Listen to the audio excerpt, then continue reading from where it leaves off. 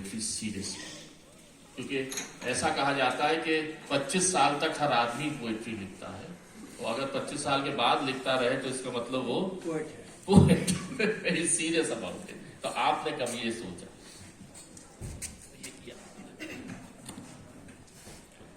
Hello. First and foremost, I must thank all of you for being here and organizers of Almora Lit Fest, primarily Professor Hamid, for inviting me to this festival.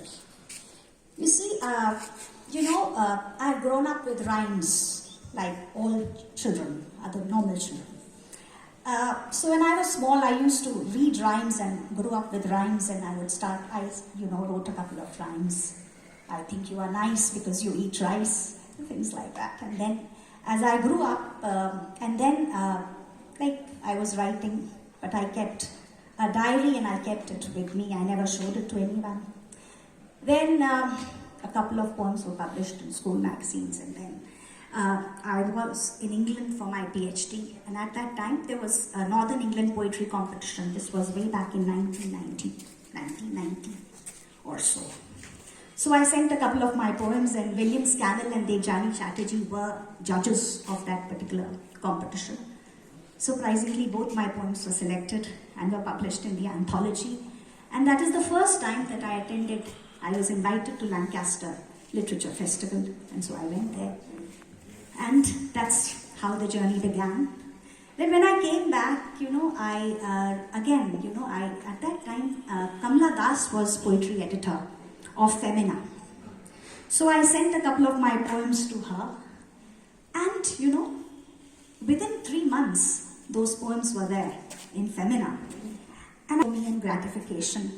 I hadn't met her, I'd never seen her, I'd never written to her, but I was a great admirer. So, you see, they were published, and again it was a high point in my life. So that's how the journey began. But then the first collection took a long time, Life changed in many ways, one goes through so much. The first collection came out in 2007, and it was Yeti Books from Kerala, Calicut. And Rajivan Thachampoil, who was a poet from Kerala, he was running his own publishing house, and he brought out that particular collection in 2007.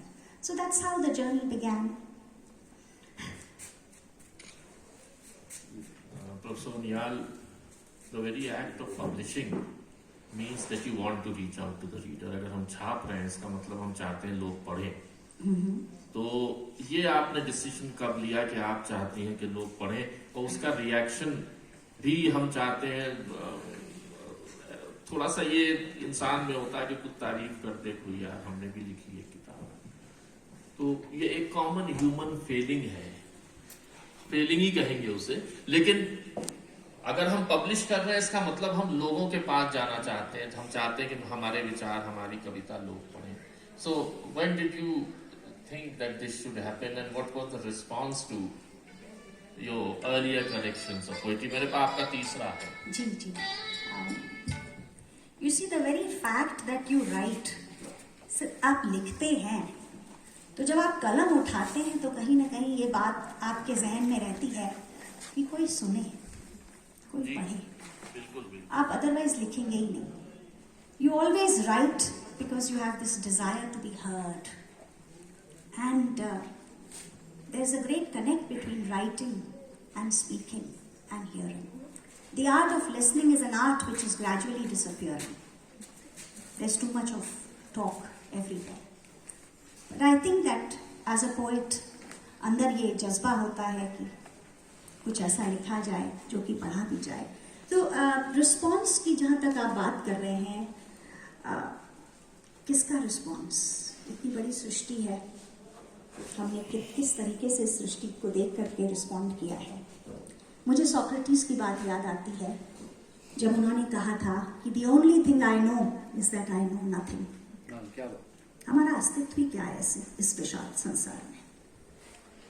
और लेकिन ये ज़रूर है कि जब हम लिखते हैं, कोई पढ़ता है, अप्रिसिएशन होता है, तो अच्छा लगता है, कहीं ना कहीं एक खुशी होती है, एक अनुभूति होती है, जो कि हमें एहसास दिलाती है कि हाँ, हम अभी जिंदा हैं। ये जो कलेक्शन है, जहाँ तक as far as the response of poets is concerned, ये जब मेरा पहला ये collection the day we went strawberry picking, उसके बाद 2007 के बाद दूसरी किताब आई दिसंबर पोएम्स, जो कि राइटर्स वर्कशॉप में निकाली थी। फिर तीसरी ये आई धौली से 2018 में। तो इसका लॉन्च हुआ था मैड्रिड में। I went to Madrid arts festival, वहाँ पर एक ट्रांसलेटर ने ये किताब पढ़ी। उसके बाद इसका पूरा संकलन कोविड के दौरान, कोविड जब था तो उसमें कोविड पीरियड के दौरान उन्होंने इस किताब को स्पेनिश में, पूरी किताब को स्पेनिश में ट्रांसलेट किया।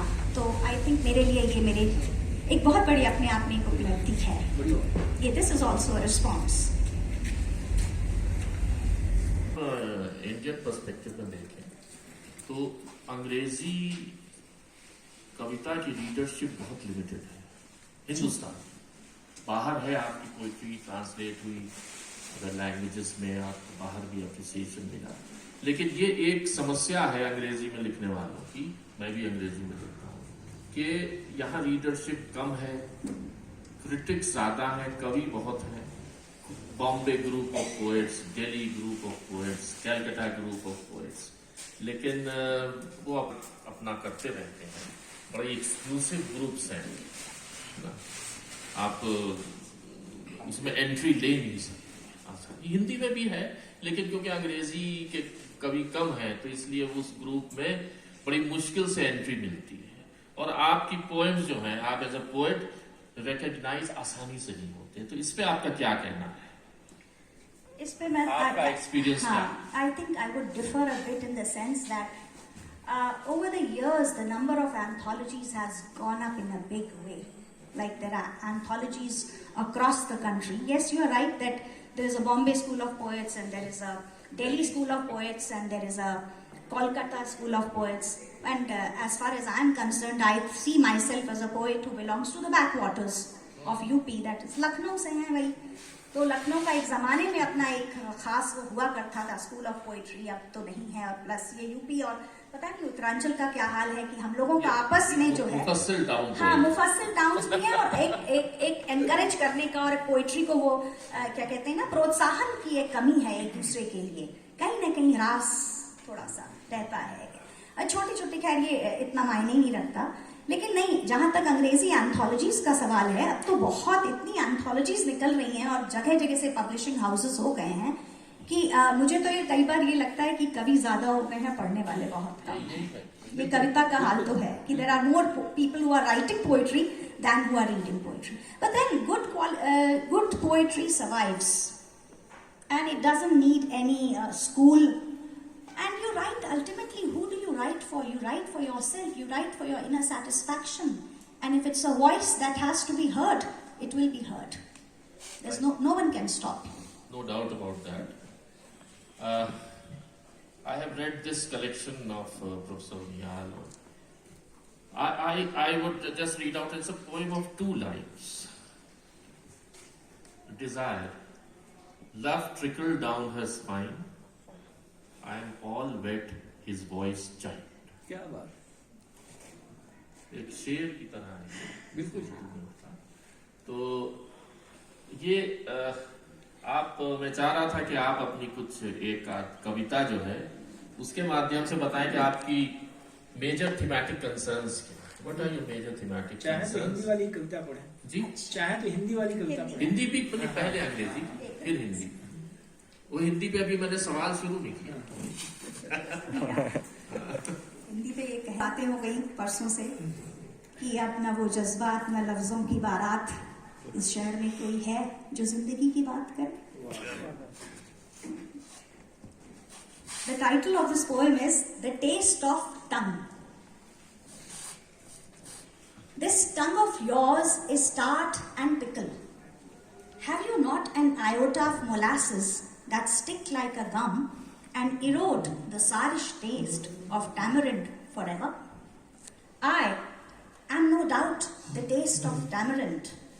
My Himalayan blood survived your Aryan sting, eroded the taste of molasses, knowing it was lethal.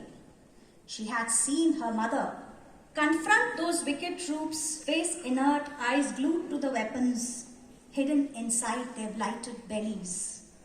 They came, and burnt their mud huts, took away their sacks full of paddy, emptied the bowls of toddy, and filled them up with the waste from their bladder, shot them all, one after the other, brother, husband, neighbor's son, and the distant cousin from Libya, seeking employment in these difficult times, not knowing he will end up dying a man without a shirt.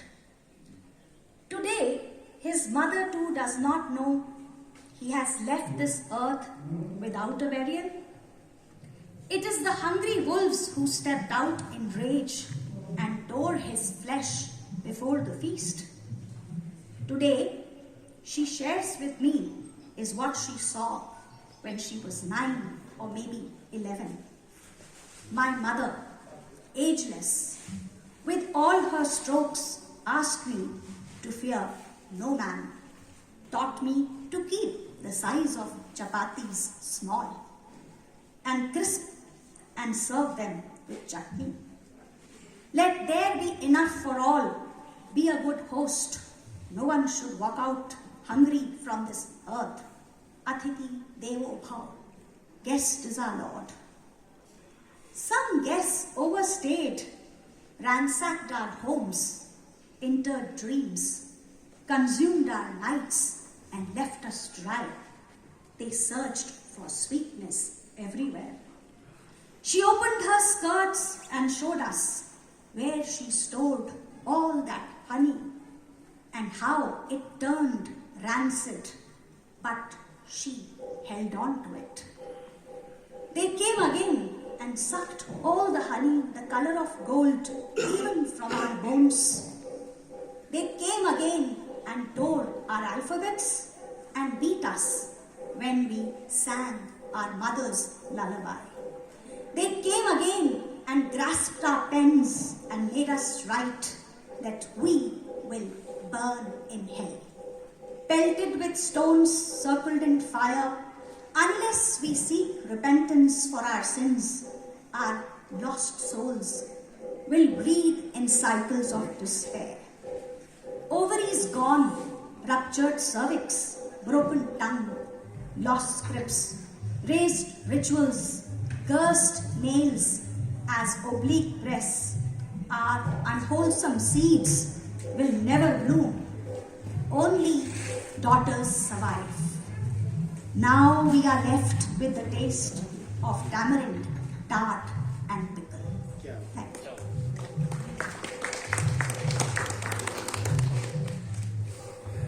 Full poem.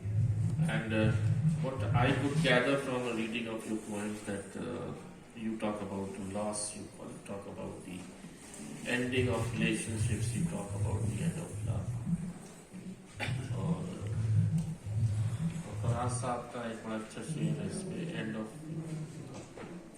इससे पहले कि बेवफा हो जाए, क्यों ना आए दोस्त हम जुदा हो जाए। हम भी मजबूरियों का उज़्र करें, कहीं और मुब्तला हो, फिर कहीं और मुब्तला हो। तुम भी हीरे से बन गए पत्थर, हम भी कल जाने क्या से क्या हो जाए।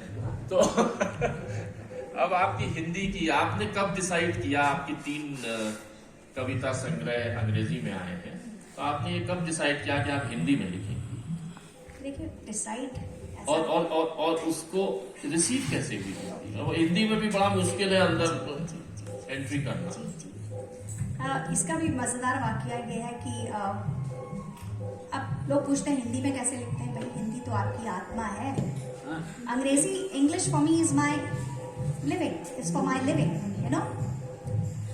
लेकिन वो तो मेरी आत्मा है। हिंदी तो इसलिए हिंदी में क्यों लिखते हैं, ये भी मुझे बड़ा अजीब सा सवाल लगता है, लेकिन दिल की बात तो अपनी भाषा में ही कही जाती है।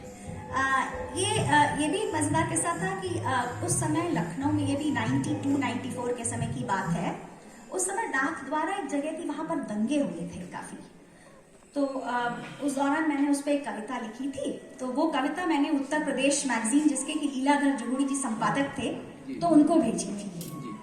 तो भेजी तो उनको पसंद आई, उन्होंने पब्लिश करी। और जैसे होता है अनजान जगहों से लोगों का रिस्पांस आया, तो कविता छपी। फिर मुझे लगा कि हाँ, हिंदी में भी लिख सकती हूँ। तो बस ऐसे ही शुरू हो गया, जैसे एक डायरी अंग्रेजी की थी, एक हिंदी की थी।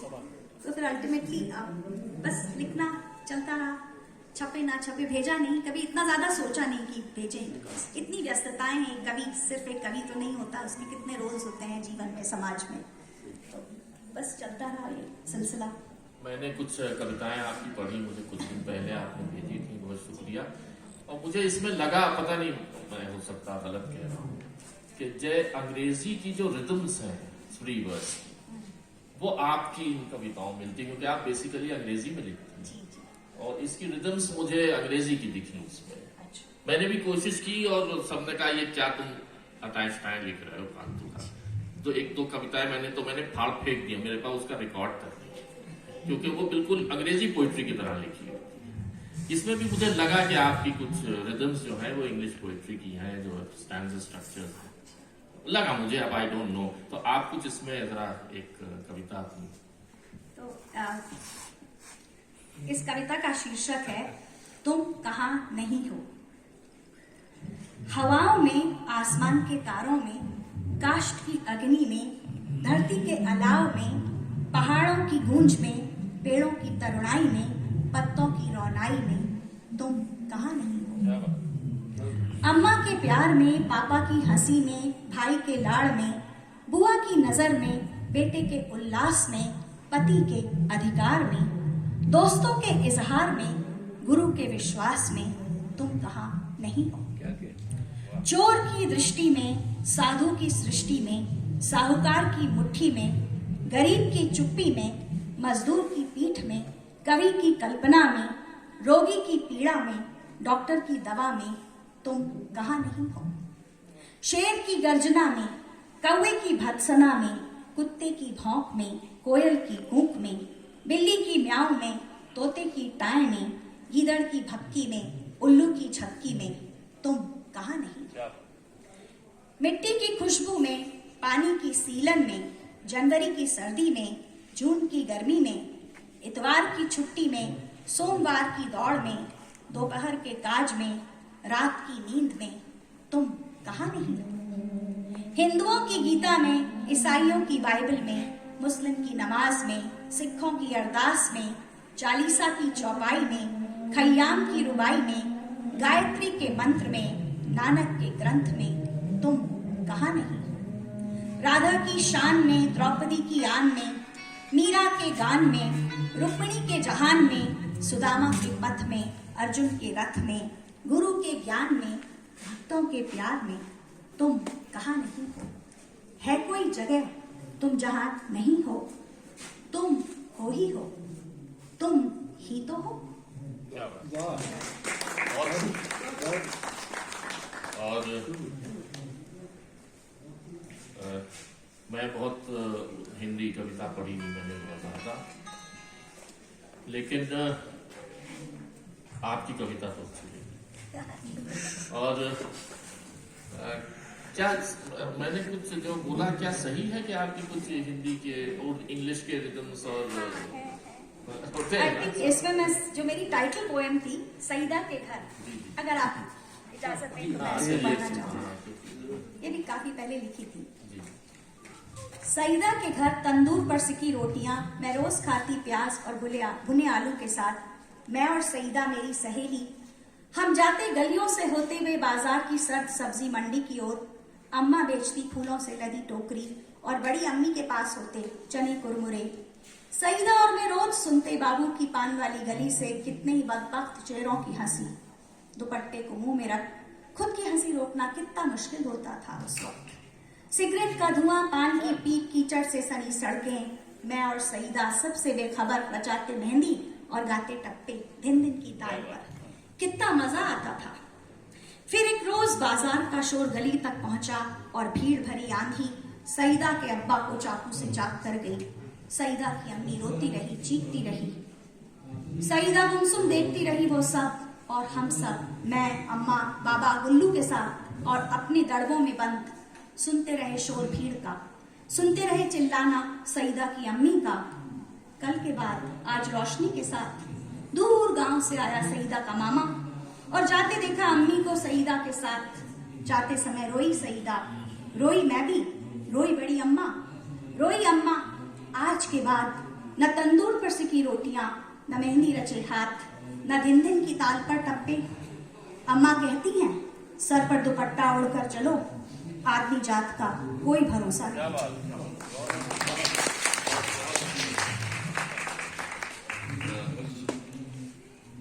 आखिरी सवाल आपसे, क्योंकि बाहर आप पाइसन के लिए काम कर रही हैं और आप और आपके पति नवलपन जी से मेरी मुलाकात 1-2-3 बार हुई। एक बार घर पे गया था, बहुत अच्छी गजल गाते हैं, बहुत अच्छा, बहुत अच्छी आवाज है। तो मुझे हमेशा जब उनसे बात होती मुझे उनकी गजल याद आती जो उन्होंने गाई थी हाल में उनके बाद। तो आप ये पाइसन के बारे में कुछ जरा बताएं और कैसे आपने ये शुरू किया और ये काम आगे। मैं भी अटेंड कर चुका हूँ आपका एक फंक्शन, तो इसलिए बहुत जरूरी बात है। हाँ, ये पाइसन जो है लखनऊ में एक मानसिक बाधित बच्चों के लिए एक संस्था है जो कि पिछले 17 साल से इस एरिया में काम कर रही है। और you know we always talk of ability, we look at able body people, सक्षमता पे बहुत जोर है, सक्सेस पे बहुत जोर है संसार में। लेकिन जब हम विकलांगता की बात करते हैं तो हमें नहीं लगता कि उस पर ना कुछ लिखा जाता है। ये पर्सनल एक्सपीरियंस है। And for us, like the journey of life was such that because of our own circumstances, we decided to work in the area of disability. Both of us are from the field of education. But writing is one thing which gives you self-satisfaction, self-gratification, जिसे कहेंगे. But when you work for society, I think it gives you a larger purpose in life. And Python is just that beginning. It has made that beginning in my life, where by connecting myself with disability, I think I am able to have a more humane attitude towards life and towards people. तो ये एक संस्था है जिसमें हम लोग काम कर रहे हैं। लेकिन सर की एक बात जिसकी मैं एक जरा सा उस पर थोड़ा सा बोलना चाहूँगी। रिचर्ड निक्सन की बात सर ने करी थी। आप लोग सोचोगे कौन है रिचर्ड निक्सन। 1926 के करीब दौरान 1926 कैम्ब्रिज से एक जो पहले एयरफोर्स पायलट थे, यंग 24 साल का लड़का जो कैम्ब्रिज स्कॉलर था, वो English department university of Lucknow आए और हमारे हेड ऑफ द डिपार्टमेंट बने। तो वहाँ के जो यूनिवर्सिटी के जो पहले वाइस चांसलर थे ज्ञानेंद्र नाथ चक्रवर्ती, उनकी पत्नी ने दीक्षा ली और संन्यास धारण किया, मोनिका ने, and she took the name Yashoda Mai. तो उनके ही प्रभाव से रिचर्ड निक्सन ने बहुत कम उम्र में, मुश्किल से 2 साल हमारी विश्वविद्यालय में एज हेड काम किया। उसके बाद उन्होंने भी संन्यास लिया और आप सोचिए 1928 में रिचर्ड निक्सन, जिनको कि यशोदा माँ ने स्वामी कृष्ण प्रेम का उनका नया नाम दिया, और फिर उन्होंने वो संन्यास लिया और वो 1928 से लेके यहाँ अल्मोड़ा में ही रहे, मीरतोला आश्रम में, और उन्होंने उसकी स्थापना करी। 1965 में उनका शरीर शांत हुआ था। So I think it's a moment of great pride for University of Lucknow that head of the department came all the way to Almora and settled there and became a sannyasi. मैं भी आया हूँ Almora. Oh yes, I think I see Professor Hamid as one of those rarest symbols of communal harmony. हम गंगा जमुनी तहजीब की बात करते हैं। प्रोफेसर हामिद जो है लखनऊ और अल्मोड़ा की तहजीब के बहुत ही खूबसूरत शख्सियत है।